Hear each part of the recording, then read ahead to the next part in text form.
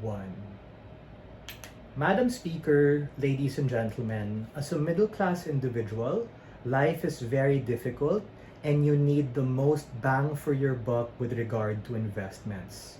We, an opening government, are going to posit to you that investing in ESG funds is a strategic thematic choice for your investment as opposed to index funds, and it's not as risky as opposition is going to posit.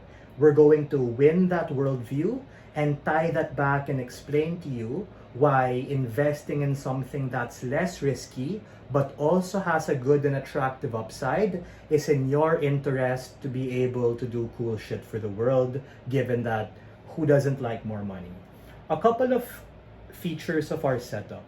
The first is this debate puts us at the burden to defend a binary choice. I recognize that in the real world, you're able to invest in both of these things across multiple assets, but the burden and spirit of this debate is for us to defend ESG fund investing exclusively and side opposition to defend the counterfactual of exclusively investing in index funds. What is the interest of a middle class individual? There are a couple of things. A, to be able to beat inflation, given that your purchasing power of money over time decreases and you need to be able to beat that in order to buy the same or more of the things you previously would buy. B, have some sort of active investing to be able to get income from your investments through recurring cash flow coming from dividends when you invest in good companies. And C, using the money that you earn to be able to supplement your better quality of life to maybe rise out of being middle class. You become like upper middle class or hopefully even outside the average. The second part of the policy is to explain the features of an ESG fund.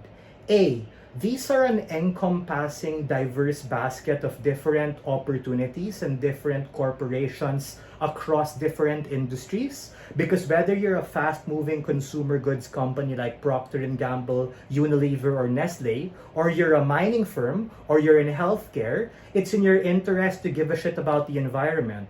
Why? Because everyone is clamoring for it, it's really hot, and people are actively being pressured to invest in it.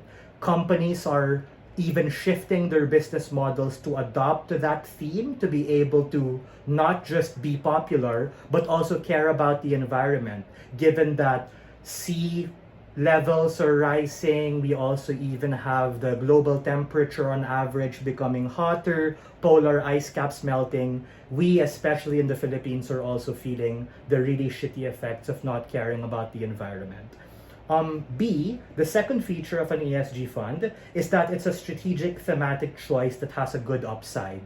Given that where we are going in the future, the rise of things like green tech and EV, companies need more money to continue investing in these particular technologies to make it more proximate and cheaper. So it's in the interest of a middle class individual to put the money where their mouth is to be able to actually invest in that woke progressive bullshit and at the same time get some sort of reward structure. What is my argument coming first from first speaker? My argument is I'm going to demolish the counterfactual of opposition and explain to you why you cannot get this from index funds. The first thing is we need to understand the converse policy. How do index funds operate? Because opposition's going to be like, yeah, brother, they're pretty safe, they're pretty diverse, they're awesome. No, they're not. They're very highly correlated to tech, right? If you take a look at the Magnificent Eight, a lot of these index funds are very skewed to Nvidia, Meta, Tesla, Amazon, Netflix, Google, Microsoft, and Apple. So, if we compare the themes, I am going to posit that it's actually better to invest in the environment and all that woke social shit as opposed to tech. Why? Because the boom and bust cycles of tech are so severe. Sure, you can make more money riding this wave of tech and index funds, but it's only good insofar as tech is hot. But as what we've seen every bust cycle, tech has the highest correlation to risk and bad things happen. Before I proceed, Andre, go ahead.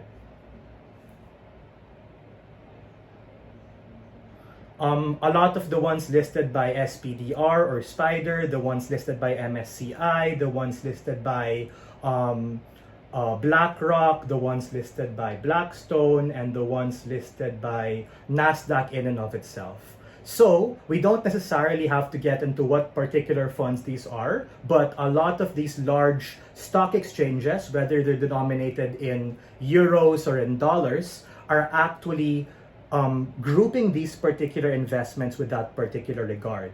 So if the intuition behind that PUI was to say, yo bro, no one knows about these funds, they're really speculative, bad things can happen, but everyone knows the S&P, everyone knows NASDAQ, everyone knows the other popular US exchanges. That's exactly where the golden opportunity lies, right? Given the fact that to some extent it's speculative, goes to show that it's at its infancy stage. The growth trajectory and the growth trajectory of these particular investments are actually good, and if you're able to buy these now while people aren't too hot about it yet, you have a good chance to be able to have an upside, provided that a lot of these middle class individuals aren't these fucking dumbass crypto bros and shit. As an astute investor, you probably have this interest to be able to maybe peso or dollar cost average, as opposed to doing like crazy stuff. If you want to do that, then fuck you, go to crypto. Don't invest in like stocks and stuff.